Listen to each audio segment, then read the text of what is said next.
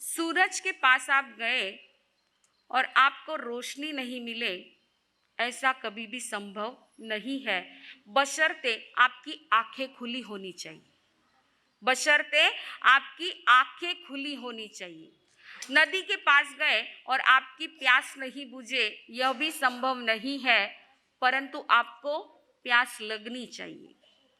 किसी श्रावक के पास अथवा किसी सज्जन पुरुष के पास आप गए और आपको सम्यक उपदेश ना मिले, यह भी संभव नहीं है, परंतु आपके कान खुले होने चाहिए।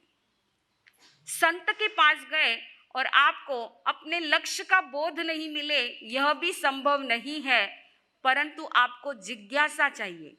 और तीर्थंकर के पास गए और आपके भीतर का तीर्थंकरत्व जागृत नहीं कर दे, यह भी संभव नहीं, परंतु आपके भीतर में पात्रता होनी चाहिए। आपके भीतर में पात्रता होनी चाहिए। और भगवान अरिष्टनेमि ने श्री कृष्ण के भीतर की पात्रता को पहचान लिया, शायिक सम्यक्त्व की रोशनी को देख लिया, तभी भविष्य का पर्दा खोलते हुए भगवान ने फरमाया, हे कृष्ण, तुम इस तीसरी पृथ्वी से निकल करके आने वाली उत्सर्पिणी में इसी भरत क्षेत्र में अमम नाम के 12वें तीर्थंकर बनोगे। बंधुओं, केवल ज्ञान को प्रकट करना होता है तो मात्र स्वयं की साधना इनफ है, परंतु तीर्थंकर पद को यदि प्राप्त करना है तो उसके लिए जबरदस्त साधना करनी पड़ती है, क्योंकि तीर्थंकर को मात्र स्वयं का कल्याण करना नहीं होता है, समस्त जनता का आत्म कल्याण करना होता है। इसलिए उनको वो जबरदस्त साधना करनी पड़ती है। और कृष्ण ने यह साधना किसके माध्यम से की? तो धर्म दलाली के माध्यम से की। धर्म दलाली की है, जबरदस्त धर्म दलाली श्री कृष्ण ने की है।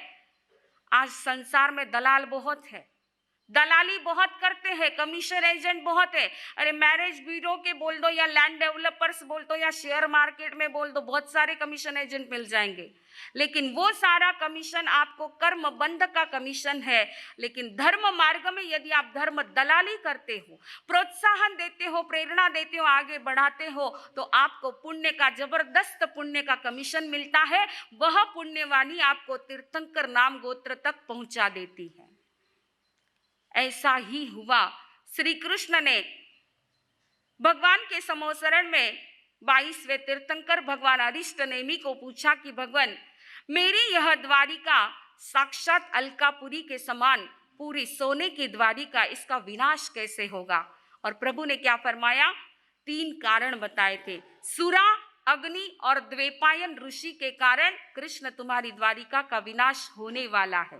होनी को कोई टाल नहीं सकता, परंतु उसका ड्यूरेशन पीरियड लंबा सकता है, उसका टाइम पीरियड लंबा सकता है। और कृष्ण ने वही किया।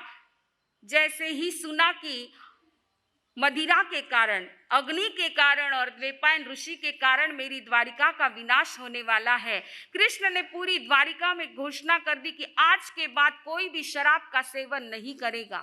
जिसके पास भी शराब है, जितनी भी दुकानें हैं, सारी दुकानें, शराब की दुकानें ही डिसॉल्व कर दी और सारी की सारी शराब उठाकर एक कुएं में डाल दी, कुएं को ऊपर से सील कर दिया है। किसी के भी पास शराब का कोई साधन मिलना नहीं चाहिए। ये कृष्ण ने घोषणा की है, पूरी नगरी से शराब बंदी करवा दी है। दूसरी घोषणा की कि पूरी द्वारिका में प्रतिदिन आयंबिल होने चाहिए। आयंबिल में वो ताकत है कि कोई भी शक्ति वहां पर काम नहीं करती है, बहुत बड़ी ताकत रही है आयंबिल के अंदर।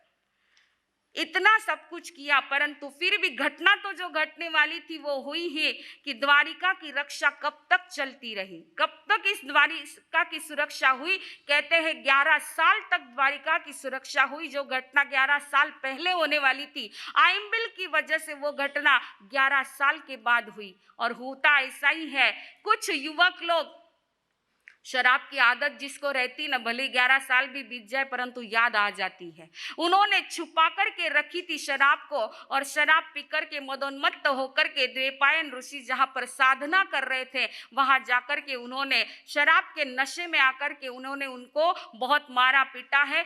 द्वैपायन ऋषि मर करके अग्नि कुमार देव बने हैं। इधर आइम्बिल चलता रहा, द्वैपायन ऋषि गुस्से में थे और उस गुस्से का बदला तो उनको लेना ही था, परंतु आइम्बिल की शक्ति चल रही थी, जब तक वह आसुरी शक्ति काम नहीं कर पाई। और एक दिन ऐसा आया, लोगों ने सोचा अभी 11 साल हो गए, कुछ नहीं, अब क्या होने वाला है। एक दिन ऐसा आया कि किसी ने भी आइम्बिल नहीं किया। याद रखना, मेरा इंटेंशन है चौमासे के 4 महीने आइम्बिल की कड़ी चलने वाली है, आगे भी चलती रहेगी। याद रखना, ये आइम्बिल का प्रभाव है कि एक दिन ऐसा आया कि किसी ने आइम्बिल नहीं किया, और बस उस दिन अग्नि कुमार देव ने, वो द्वैपायन ऋषि ने जो है आग के शोले बरसाने चालू कर दिए, और सारी द्वारिका 12 योजन लंबी 9 योजन चौड़ी पूरी सोने की द्वारिका जल कर के भस्म हो गई। प्रभाव किसका था? आइम्बिल का प्रभाव था कि जब तक आइम्बिल चलते रहे तब तक आसुरी शक्ति काम नहीं कर पाई।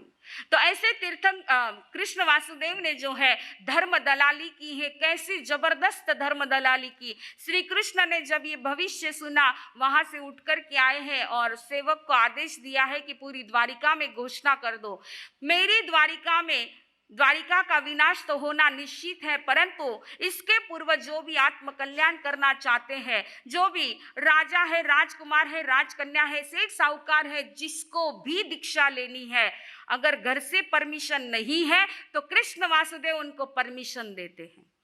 कृष्ण वासुदेव उनको परमिशन देते हैं, आज्ञा देते हैं, आप दीक्षा लीजिए। और कई लोग ऐसे हैं कि जो सोचते हैं कि हम दीक्षा ले तो हमारे पीछे हमारे बच्चों का पालन पोषण कौन करेगा, तो इसकी जिम्मेदारी कृष्ण उठाते हैं। आपके बच्चों का पालन पोषण पिता की तरह वो सब कुछ करेंगे। कोई सोचता है कि हम दीक्षा ले लेंगे, पीछे हमारे वृद्ध माता पिता है, उनका ध्यान कौन रखेगा, उनकी सेवा कौन करेगा, तो डोंट वरी, कृष्ण वासुदेव उनका पुत्र की तरह पालन कर सेवा करेंगे, उनका ध्यान रखेंगे। परंतु जिसको भी आत्मकल्याण करना है, दीक्षा मैं नहीं ले सकता हूं, परंतु जिसको भी लेना है मैं उसकी सेवा जरूर करूंगा, मैं उसको सहयोग जरूर दूंगा। और ऐसी उत्कृष्ट भाव से आकर के कृष्ण ने यह धर्म दलाली की है। कहते हैं कृष्ण ने अपने राजकन्या, जितनी भी राजकन्या, आपने 2 दिन पहले सुना था कितनी कन्याएं थी, 40,000 कन्याएं थी। उन राजकन्याओं को प्रतिदिन कृष्ण बुलाते थे और पूछते थे तुम्हें रानी बनना है या दासी बनना है। तो क्या कहेंगी लड़की, क्या कहेंगी, पिता को क्या कहेगी, दासी बनना बोलेगी क्या?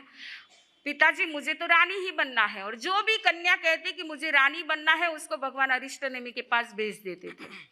एक माँ ने सुना, एक रानी ने सुना, तो उसने अपनी बेटी को समझा करके भेजा, देख तुझे अगर पूछेंगे ना रानी बनना है या दासी बनना है तो बोलना दासी बनना है, रानी मत बोलना। तो उसने, माँ ने जैसे सिखा के भेजा वैसे उसने वही जवाब दिया कि मुझे दासी बनना है। तो कृष्ण ने एक बिल्कुल सामान्य गरीब किसान के साथ उसका विवाह करने का निर्णय सुना दिया। तो वो घबरा करके बोलती नहीं नहीं पिताजी, मुझे दासी नहीं बनना, मुझे तो रानी ही बनना है। तो कहने का तात्पर्य, भले ही किसी भी प्रकार से हो, उन्होंने बहुत सहयोग देकर के सभी को दीक्षा के लिए, आत्मकल्याण के लिए प्रेरित किया है, सहयोग दिया है। और इसी का परिणाम कि उनको तीर्थंकर नाम गोत्र का गिफ्ट मिल गया, तीर्थंकर नाम गोत्र का गिफ्ट मिल गया। ऐसे कृष्ण ने बहुत धर्म दलाली की है। एक दिन कृष्ण को मन में आ गया, मैं रोज भगवान के पास दर्शन करने के लिए जाता हूँ, भगवान को वंदन करता हूँ, कुछ पूछना है सुनना है निकल जाता हूँ। आज भगवान के इतने साधु हैं, आज सभी को वंदन करना है। और भगवान के पास कितने साधु थे पता है आपको? 18,000 साधु थे।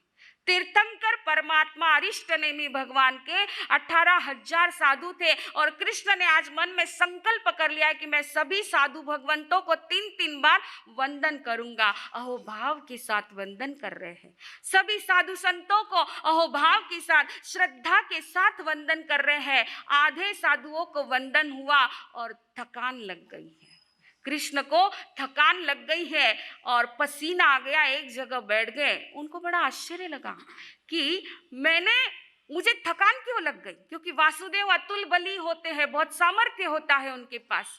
भगवान से पूछा कि भगवान, मैंने अपनी जिंदगी में 360 संग्राम किए पर कभी भी मुझे थकान नहीं लगी, कभी भी मुझे पसीना नहीं आया, आज वंदन करते करते मुझे थकान क्यों लग गई भगवान? तब प्रभु बड़े स्मित के साथ कहते हैं, कृष्ण तुम्हें थकान नहीं लगी, तुम्हारी थकान उतर चुकी है। कैसे भगवान, थकान कैसे उतर गई? कृष्ण, इतने अहोभाव के साथ तुमने जो सभी साधु संतों को वंदन किया है, 7वीं नरक के बंध थे टूटते टूटते 3री तक आ गए हैं, और थोड़ी देर यदि नहीं थकते तो शायद सारे नरक के बंध टूट जाते थे तुम्हारे। भगवान ऐसी बात है, मैं अभी वापिस करता हूं। नहीं कृष्ण, अब वो बात नहीं है, अब वो बात नहीं, अब फल की अपेक्षा आ गई है, अब वो बात नहीं जो पहले थी। तो कहने का तात्पर्य, ऐसे कृष्ण ने बड़े अहोभाव के साथ यह धर्म दलाली करते करते अपने कितने ही अशुभ कर्मों की निर्जरा कर दी है और भविष्य में तीर्थंकर नाम गोत्र का बंध कर लिया है। इसी श्रृंखला में कृष्ण महाराज की रानी पद्मावती, जिसने भगवान की एक देशना सुनी और अपना प्रतिदिन का क्रम, एक देशना सुनी, वैराग्य भाव जागृत हो गया। भगवान के पास आकर के वह पद्मावती रानी कहती है, भगवान आपने जो धर्म देशना फरमाई है, मेरी आत्मा जागृत हो गई है, मैं भी आत्म कल्याण करना चाहती हूँ, मैं दीक्षा लेना चाहती हूँ, मैं कृष्ण वासुदेव की आज्ञा लेकर के आती हूँ, आप मुझे दीक्षा का दिव्य दान दीजिए। प्रभु ने क्या कहा, बोलो वाह वाह, अजून लारून आवाज नाही, अजून लारून पण पाठ करनो है, यो वाक्य तो पक्को पाठ करनो है। तो पद्मावती रानी वहां से निकली है, कृष्ण महाराज के पास आकर के अपने मन की बात रखी है और आज्ञा मांगी है कि मैं दीक्षा लेकर के आत्म कल्याण करना चाहती हूँ। तब कृष्ण महाराज ने क्या बोला, अब बोलो, आहा स्वयं देवानुप्रिया माँ परिबंध कर, हे देवानुप्रिय तुम्हें जो सुख हो वैसा तुम करो, लेकिन शुभ कार्य में विलंब मत करो। और कृष्ण ने स्वयं ही अपनी रानी को साज श्रृंगार से श्रृंगारित करके 1000 पुरुषों के द्वारा उठाई जाए ऐसी शिविका में बिठा करके दीक्षा का यह वरगोड़ा निकला है। कृष्ण स्वयं उनके साथ में चल करके जाते हैं। भगवान अरिष्ट नेमि के पास कहते हैं कि भगवान, ये मेरी महारानी पद्मावती मुझे अत्यंत प्रिय है, इष्ट है, कांत है, प्रिय है, मनोहर है। ऐसी मेरी यह प्रिय रानी को मैं आपके चरणों में भिक्षा के रूप में, शिष्या के रूप में, मैं भिक्षा के रूप में आपको समर्पित करता हूँ। प्रभु आप इन्हें दीक्षा का दिव्य दान दीजिए। प्रभु ने उनको दीक्षा दी है। महारानी पद्मावती ने स्वयं पंचमुष्टि लोच किया है, सारे आभूषण उतार दिए हैं और साध्वी का वेश पहन करके प्रभु के चरणों में आती है। करेमी भंते के पाठ से प्रभु उनको दीक्षा देते हैं और दीक्षा देकर के यक्षिणी आर्या जो थी उनको समर्पित कर दिया है। इस प्रकार पद्मावती महारानी ने दीक्षा लेकर के 11 अंगों का अध्ययन किया है। 20 वर्ष तक चारित्र पर्याय का पालन करके, अनेक प्रकार की तपस्या करते, संयम की आराधना करके, अंत में 1 महीने का संलेखना संथारा करके समस्त कर्मों को नष्ट करके सिद्ध, बुद्ध और मुक्त बनी है। इस प्रकार ये 5वां वर्ग का प्रथम अध्ययन हमारा पूर्ण होता है। इसके पश्चात दूसरा अध्ययन, आगे के अध्ययन किस प्रकार क्या भाव फरमाए है, तब आर्य सुधर्मा स्वामी फरमाते हैं, हे जम्बू, गौरी, गांधारी, लक्ष्मणा, सुसीमा, जाम्बवती, सत्यभामा, रुक्मिणी, इन सब का वर्णन पद्मावती रानी के समान जानना चाहिए। सभी ने इसी प्रकार दीक्षा लेकर के आत्म कल्याण करके 20 वर्ष तक दीक्षा पर्याय पालन करके सिद्ध, बुद्ध और मुक्त हुई है। उसी प्रकार आगे मूलश्री और मूलदत्ता का वर्णन भी इसी प्रकार जानना चाहिए। उन्होंने भी दीक्षा ली, दीक्षा लेकर के आत्म कल्याण करके सिद्ध, बुद्ध और मुक्त हुई है। इस प्रकार ये 5वां वर्ग हमारा पूर्ण होता है। अब आगे आता है 6ठा वर्ग। 6ठा वर्ग देखिए, 5वें वर्ग तक का सारा वर्णन जो है 22वें तीर्थंकर भगवान अरिष्ट नेमि के शासन काल का वर्णन है कि उनके शासन काल में कितने ही राजा महाराजाओं ने, रानियों ने, राजकुमार राजकन्याओं ने दीक्षा लेकर के आत्म कल्याण किया और उसमें भी विशिष्ट वर्णन सारा कृष्ण वासुदेव के परिवार का वर्णन आता है कि कृष्ण वासुदेव का परिवार कैसा परिवार था कि जिसमें से कितनी सारी आत्माओं ने दीक्षा लेकर के मोक्ष को प्राप्त किया है। ऐसा कृष्ण का परिवार एक आदर्श परिवार रहा है।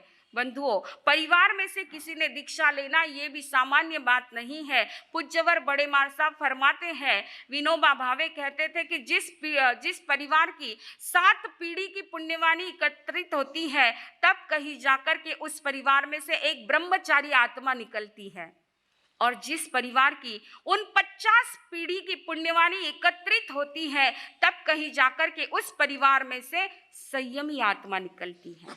तो ऐसे कृष्ण परिवार की कितनी पुण्यवाणी होगी कि परिवार में से इतने सारे लोगों ने दीक्षा ली, मात्र दीक्षा नहीं ली परंतु साधना करके कर्मों को नष्ट करके सिद्ध बुद्ध और मुक्त हुए हैं। इस प्रकार यह 5वें वर्ग तक का वर्णन हुआ। अब 6ठा वर्ग, अब यहाँ से जो है सारा वर्णन भगवान महावीर के शासन काल का वर्णन है।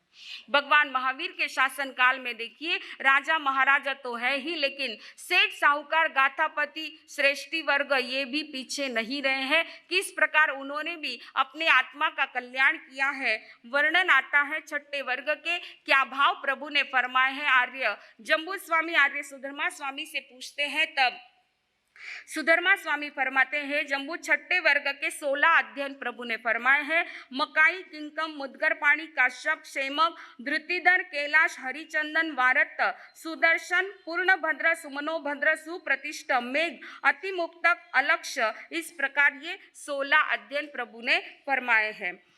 पहले अध्ययन के क्या भाव प्रभु ने फरमाए हैं, ऐसा जम्बू स्वामी पूछते हैं। तब आर्य सुधर्मा स्वामी फरमाते हैं, जम्बू उस काल उस समय में राजगृही नगरी थी, गुणशील उद्यान था, और उस राजगृही नगरी में मकाई नाम का गाथापति रहता था जो अत्यंत समृद्ध अपराभूत था। एक बार भगवान महावीर का पदार्पण होता है। मकाई गाथापति भगवान के दर्शन वंदन करने पहुंचते हैं, देशना श्रवण करते हैं और एक देशना सुनी, वैराग्य की ज्योति जागृत हो जाती है। घर आकर के मकाई गाथापति अपने ज्येष्ठ पुत्र को अपने परिवार का भार सौंप करके और फिर दीक्षा लेते हैं। बंधुओं, यहाँ पर देखिए आगमों में वर्णन आता है कि उस काल के श्रावक लोग भी कितने सूझबूझ के धनी होते थे कि अपने जीवित अवस्था में ही अपने पुत्र को कुटुंब का भार सौंप देते थे। आज मरते दम तक व्यवहार खुद ही चलाते, सौंप दो, बच्चों को सौंप दो, युवा पीढ़ी को सौंपो, सारा कारोबार अरे कर सकते हैं। जब तक जिम्मेदारी नहीं सौंपेंगे करेंगे कैसे। और एक बार जिम्मेदारी सौंप दी ना, अपने आप होशियारी आ जाती है। लेकिन आप लोग क्या कहते, नहीं अभी तक समझ नहीं है, अभी तक सारा व्यवहार संभाल नहीं सकते इसलिए हम सारा व्यवहार संभालते। अरे ऐसा मत सोचो। इन श्रावकों का जीवन देखो कि किस प्रकार वो सारे ज्ञातिजनों को बुलाते थे, परिवार वालों को बुलाते थे, भोजन का आयोजन होता था और सबके सामने अपने सिर की पगड़ी उठा करके अपने पुत्र के सिर पर रखते थे और कहते थे, घोषणा करते थे कि आज से मेरे कुटुंब का सारा भार मेरा पुत्र संभालेगा, मैं निवृत्त होता हूं। कब होंगे निवृत्त? कब होंगे निवृत्त? कब तक व्यापार संभालते बैठोगे? कब तक घर परिवार चलाते बैठोगे? अब निकल जाओ। पिछला समय जो होता है वो मात्र धर्म आराधना के लिए होता है। बहुत कर लिया अब तक, परिवार के लिए, सबके लिए बहुत कर लिया, अब खुद के लिए करना है। ये समय है कि अब हम अपना सारा जीवन अपनी धर्म आराधना करके अपने आत्म कल्याण के लिए लगा दे। ऐसा ये आदर्श जीवन उस समय के श्रावकों का होता था। तो मकाई गाथापति ने जो है अपने ज्येष्ठ पुत्र को पगड़ी पहनाई है। आज मरने के बाद पगड़ी लोग पहनाते हैं ना? लेकिन बंधुओं, ये आदर्श ले लो कि सब एक व्यक्ति तो भी शुरुआत कर दे तो इस परंपरा की फिर से शुरुआत हो जाएगी कि निवृत्त हो जाओ और अपने ही हाथ से अपने बेटे को पगड़ी पहना दो। तो मकाई गाथापति ने इस प्रकार यह सौंप करके दीक्षा ली है। दीक्षा लेकर के उन्होंने 11 अंग का अध्ययन किया, गुणरत्न संवत्सर तप की आराधना की, 16 वर्ष तक दीक्षा पर्याय का पालन करके विपुलगिरी पर्वत पर जाकर 1 महीने का संलेखना संथारा करके सिद्ध बुद्ध और मुक्त हुए हैं। दूसरा अध्ययन किंकम गाथापति, उसका भी सेम ऐसा ही सारा वर्णन है। फिर आता है तीसरा अध्ययन। अब तीसरा अध्ययन है मुद्गर पाणी यक्ष यानी अर्जुन माली। उस काल उस समय में तेणम कालेणम तेणम समयणम रायगी नामम नैरे होता रिद्धितिमय समिद्य गुण सिलिए चाहिए वर्णो। सारा वर्णन बड़ा सुंदर आता है कि वह राजगृही नगरी जो अत्यंत समृद्ध नगरी थी, श्रेणिक राजा जहां राज्य करते थे, चेलना रानी थी, उस नगरी के अंदर अर्जुन नाम का माली रहता था।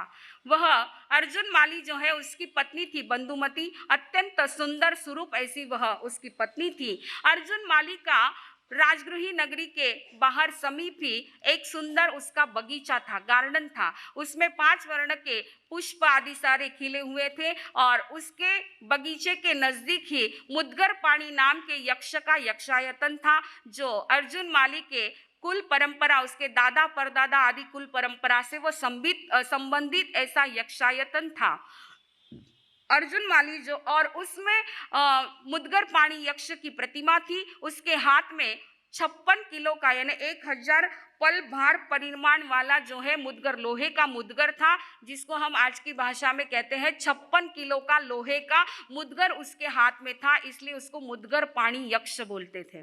तो ऐसा मुद्गर पाणी यक्ष के प्रति अर्जुन माली को जो है बचपन से ही भक्ति थी। वह प्रतिदिन उसका क्रम था बगीचे में जाना, सुंदर खिले हुए ताजे फूलों को तोड़ करके लाना, मुद्गर पाणी यक्ष के प्रतिमा के सामने जाकर के फूलों को चढ़ाना, पूजा करना और फिर जो है राजगृह नगरी में राजमार्ग के किनारे बैठ करके उनकी माला बना करके बेचना, इस प्रकार उसकी आजीविका चलती थी।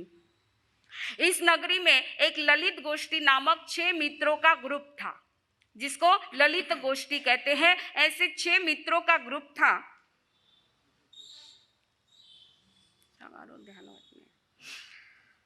एक बार उस ललित गोष्ठी ने राजा का कोई कार्य संपादन कर दिया, जो असंभव कार्य था उन्होंने वह संभव करके दिखाया। उससे राजा प्रसन्न होकर के उनको वरदान दे दिया कि तुम अपने इच्छानुसार कैसा भी जी सकते हो, तुम्हें किसी प्रकार का दंड नहीं दिया जाएगा।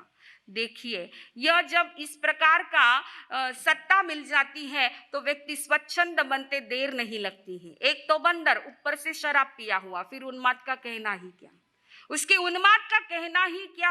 अरे हमारे शास्त्रकार नीतिकार कहते हैं, यौवनम धन संपत्ति ही प्रभुत्वम अविवेकिताम एकेकम अपि अनर्थाय किमु यत्र चतुष्टयम। यानी यौवन है, धन है, संपत्ति है और साथ में अविवेक है, ये चारों भी अनर्थकारी है और चारों एक साथ में मिल जाए तो फिर उसके उन्माद का कहना ही क्या।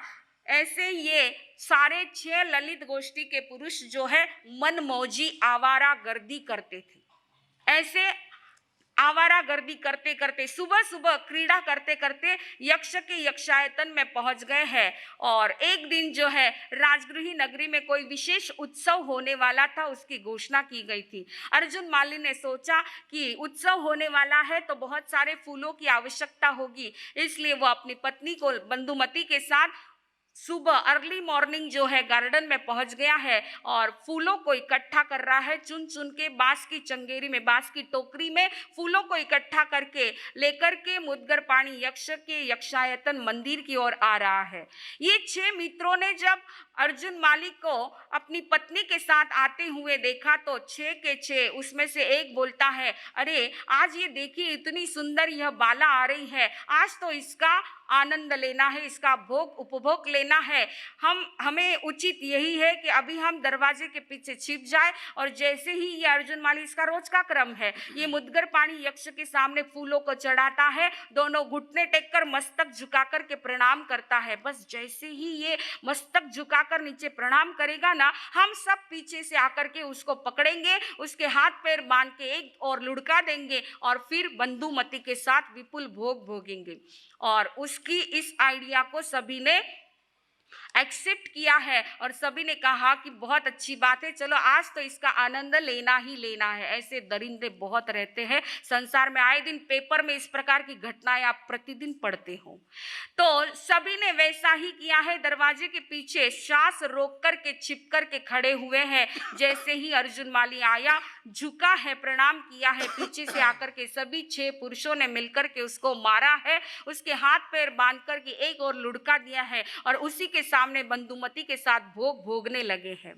यह देखकर के अर्जुन माली के मन में इतना उसका खून खोल गया है कि मैं अकेला रह करके कुछ नहीं कर सकता हूँ। हे यक्ष, तुम क्या करते हो? मैं बचपन से तुम्हारी भक्ति करता हूँ, और यदि आज इस मूर्ति में सही में यक्ष होता तो आज मुझ पर ऐसी विपत्ति आई हुई है वो देख करके सहन नहीं कर सकता। निश्चित ही इस मूर्ति में कोई कुछ नहीं है, मात्र लकड़ी की काष्ठ की प्रतिमा है और कुछ नहीं है। इस प्रकार जैसे ही उसके मन में विचार आए, यक्ष ने ये विचारों को जाना है, तुरंत यक्ष जो है वहां से निकल करके अर्जुन माली के शरीर में प्रवेश करता है। सारे उसके बंधन तड़ातड़ तोड़ दिए हैं।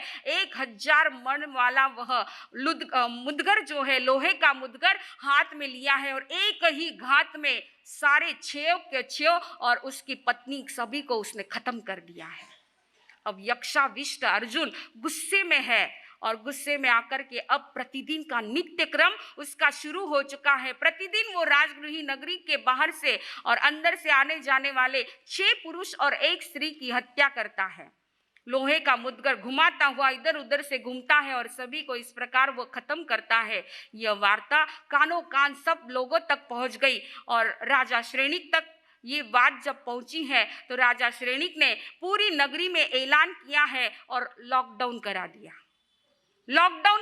कर्फ्यू लगा दिया है कि बस अपने जीवन की सुरक्षा चाहते हो तो राजगृही नगरी के बाहर कोई भी नहीं जाएगा। जब तक वो अर्जुन माली इस प्रकार हत्यारा घूमता रहेगा तब तक आपको बाहर किसी को जाना नहीं है। इस प्रकार उन्होंने कर्फ्यू लगा दिया है। उस समय में तेणम कालेणम तेणम समयणम समणे भगवम महावीरे प्रभु का पदार्पण होता है।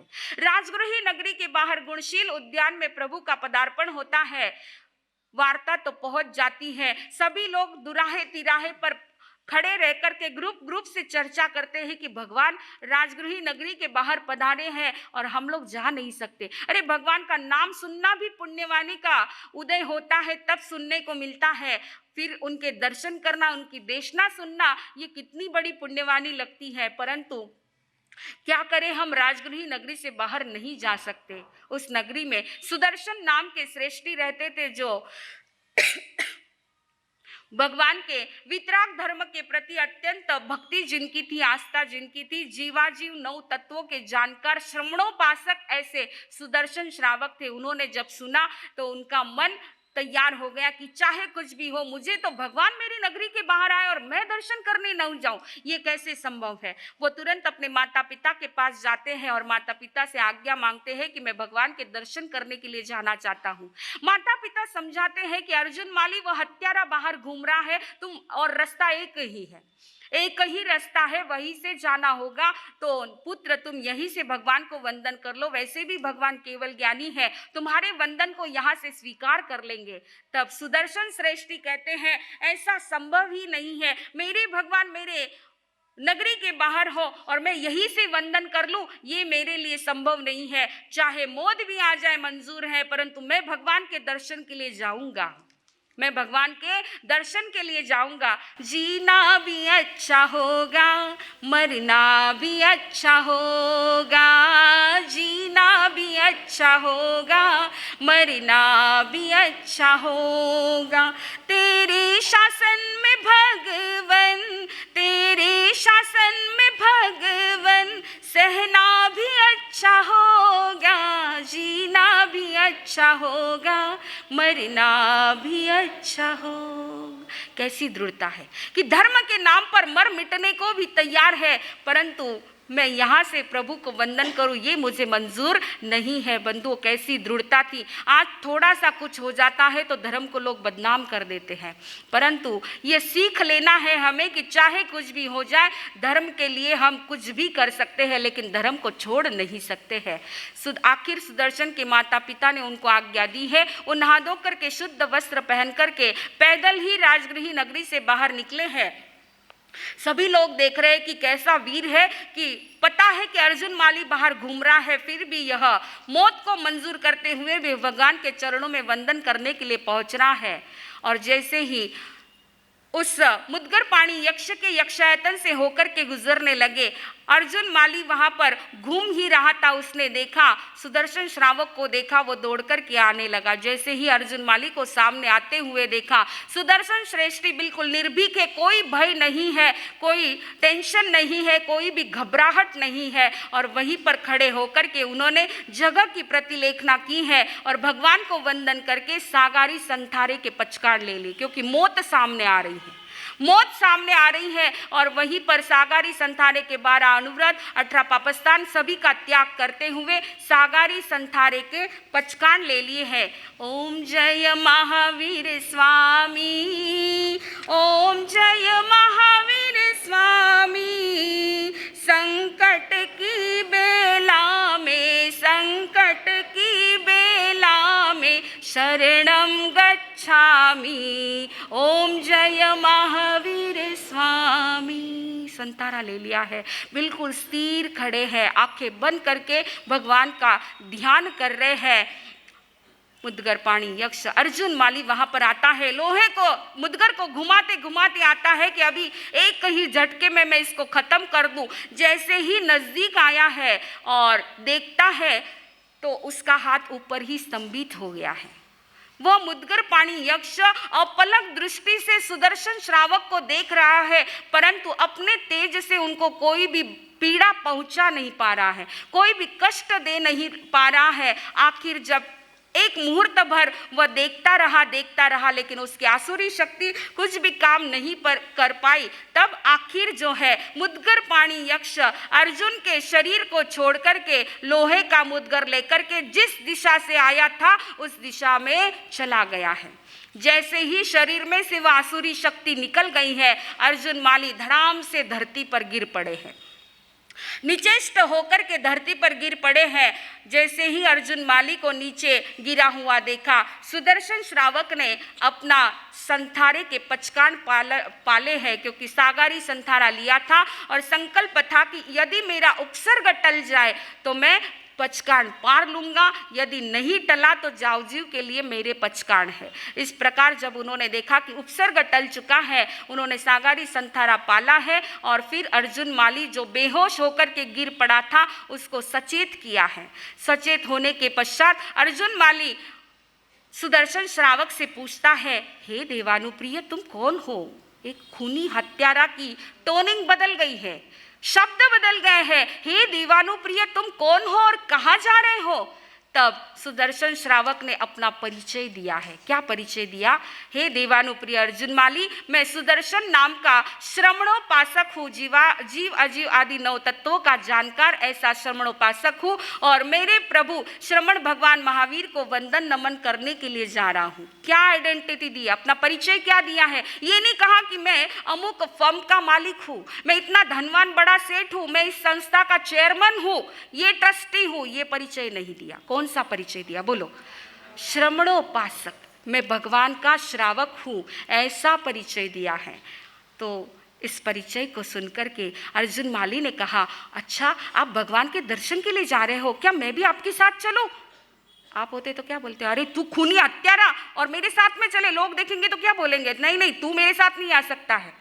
परंतु वो श्रमणोपासक थे, श्रावक जीवन जिन्होंने स्वीकार किया और भगवान के तत्व जिनके जीवन में साकार थे।